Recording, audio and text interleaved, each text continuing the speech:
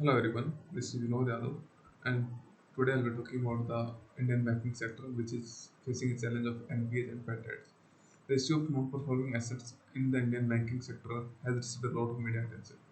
Public attention. A large number of these bad loans were originated in the period 2006 to 2008 when Indian economy was booming.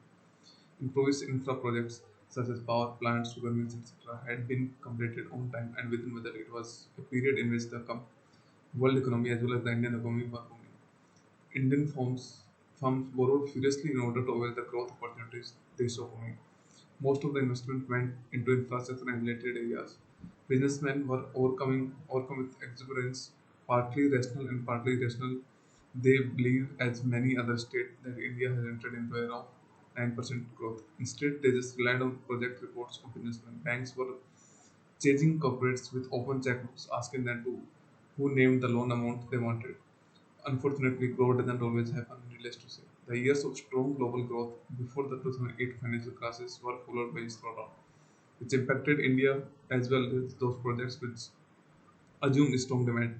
Projections now became increasingly unrealistic as domestic demand slowed down. During this time, governance issues cropped up. In Indian government, various scams came to light, which induced fear of investigation among government bureaucracy. This reduced decision making in Delhi contributed towards project delays. Thanks to problems in acquiring land and getting environmental clearances, several projects got stuck, government cost overruns escalated for stalled projects, and they became increasingly unable to service debt as for motives equity declined in the projects. The lost interest, ideally, these projects should have been taken over by banks and that should have been restructured at this juncture. Promoters needed to either bring more money in the project, lose ownership.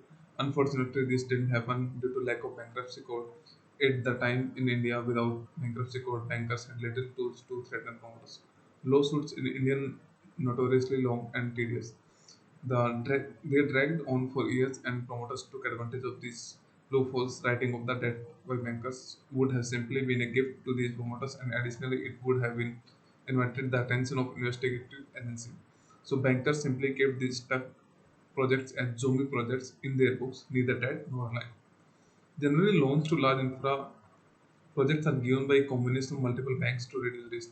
However, once these projects get stuck and the loans become unserviceable, promoters simply played one bank against another. It was in everyone's interest to extend the loan by making additional loans so that promoter is able to pay the interest. It was a ticking time bomb. Unless these stuck projects somehow miraculously rediscovered on their own, these loans were going to blow up one day in a big way. This deceptive accounting by Indian banks were only postponing.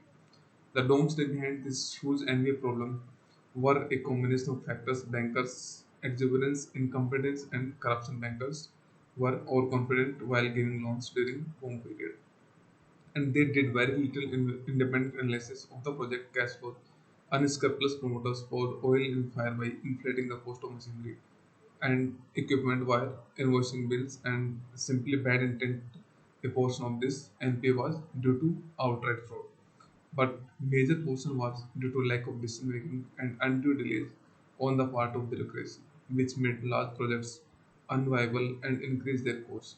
Although the size of frauds relative to total volume of NPA is relatively small, the fraud have been increasing and there have been no instances of high profile fraudsters being finalized or being penalized for their activities.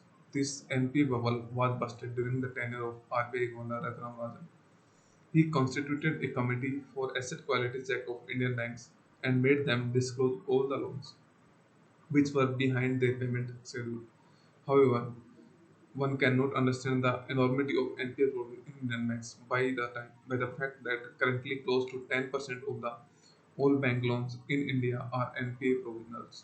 Estimates suggest that the total volume of gross NPA in the economy stands more than 10 lakh crore or $150 billion. About 85% of these in PS are from the public sector banks. So this is the main challenge. Thank you so much.